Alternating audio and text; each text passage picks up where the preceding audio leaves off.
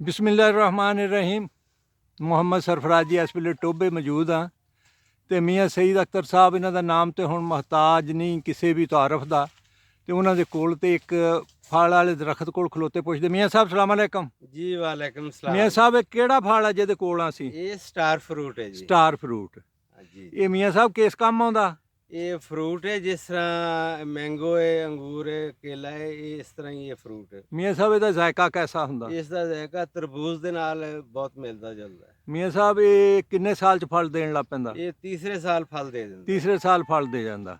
जी। मियाँ साहब इहदा बाग भी लाया जा सकदा? बाग लगाया जा सकता और बेतहाशा इसनों फ्रूट आंदा और पूरी गर्मियां इनू 3 दफा फ्रूट आंदा। मियाँ साहब इनू कोई खांदा भी आ? इनू सारी दुनिया खांदी है। पाकिस्तान च क्योंकि नवा है, ये भी पॉपुलर हो जाएगा। मियाँ साहब ये किहड़े मुल्क दा फल है? ये थाईलैंड दा है जी। थाईलैंड दा। ये इंडोनेशिया च, मलेशिया च, आस्ट्रेलिया च ये काफ़ी तादाद च पाया जाता है। ਤੇ ਮੀਆਂ ਸਾਹਿਬ ਆਪਣੇ ਕੋਲ ਇਹਦੇ ਪੌਦੇ ਅਵੇਲੇਬਲ ਆ? जी इस दे पौधे फरवरी मार्च में मिल जाएंगे। ਫਰਵਰੀ ਮਾਰਚ ਮਿਲ ਜਾਣਗੇ ਜੀ। ਸਟਾਰ ਫਰੂਟ ਆ, ਬੜਾ ਰਿਚ ਆ ਔਰ ਇਹ ਸਾਡੇ ਮੁਲਕ ਦਾ ਫਲ ਨਹੀਂ, ਲੇਕਿਨ ਤੁਸੀਂ ਦੇਖ ਲਓ ਕਿ ਕਿਸ ਤਰ੍ਹਾਂ ਹੋਇਆ ਆ ਮੀਆਂ ਸਾਹਿਬ ਦੀ ਨਰਸਰੀ 'ਚ। ਜਿਨ੍ਹਾਂ ਦੋਸਤਾਂ ਨੂੰ ਚਾਹੀਦਾ ਹੋਵੇ ਮੀਆਂ ਸਾਹਿਬ ਨਾਲ ਰਾਬਤਾ ਕਰ ਸਕਦੇ। ਮੀਆਂ ਸਾਹਿਬ ਦਾ ਨੰਬਰ ਜਿਹੜਾ ਉਹ ਡਿਸਕ੍ਰਿਪਸ਼ਨ ਤੁਹਾਨੂੰ ਮਿਲ ਜਾਏਗਾ। ਮੀਆਂ ਸਾਹਿਬ ਬਹੁਤ ਬਹੁਤ ਸ਼ੁਕਰੀਆ ਜੀ। Thank you ji.